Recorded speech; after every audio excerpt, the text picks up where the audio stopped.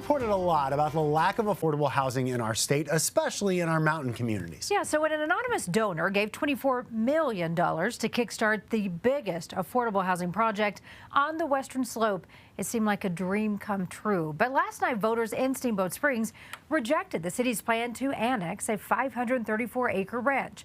That's where the Yampa Valley Housing Authority spent the last 2 years planning to build affordable units that could house more than 6,000 people. Your reporter in the mountains, Spencer Wilson, reports from Steamboat, where that community is going back to the drawing board to try to solve this problem. Everyone in Steamboat Springs can agree that they need to start turning their land, into affordable housing for people like firefighters, educators, or medical workers. And Brown Ranch would have done that for thousands of people. But opponents say it was simply too big, and that's why Steamboat voted no. We thought it was an overreach. One of the most vocal opponents to the construction of Brown Ranch might surprise you. He says he does want more affordable housing and knows that it needs to be a priority, but just not this latest plan. Whatever happens at the Brown Ranch is permanent. We need to get it right. Jim Engelken said he has major concerns with the funding for the project when the plan started dropping things like the public parks and downgrading public transit options in order to drop costs. Yeah, the concern was that we will be creating a second-class neighborhood. And he believes the amount of people the plan would have added, with an estimated 2,264 units, was going to overwhelm the town.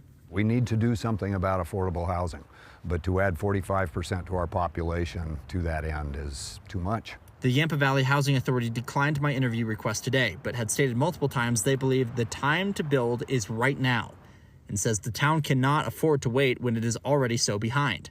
Engelken says this sort of thing can't be rushed, and the funding has to be there to cover the extreme cost of developing the raw land of Brown Ranch. Our solution is start small, have a good mix of housing that is not 100% deed restricted, but has a mix of free market housing and subsidized housing.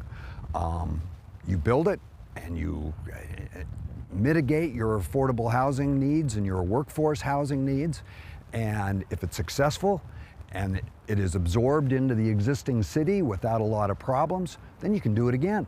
The city is still planning to build affordable housing on this property, whether it is a smaller aspect of the current Brown Ranch plan that failed at the vote, or if it's an entirely different plan altogether. But the intent is still clear. They're trying to address that housing crisis up here.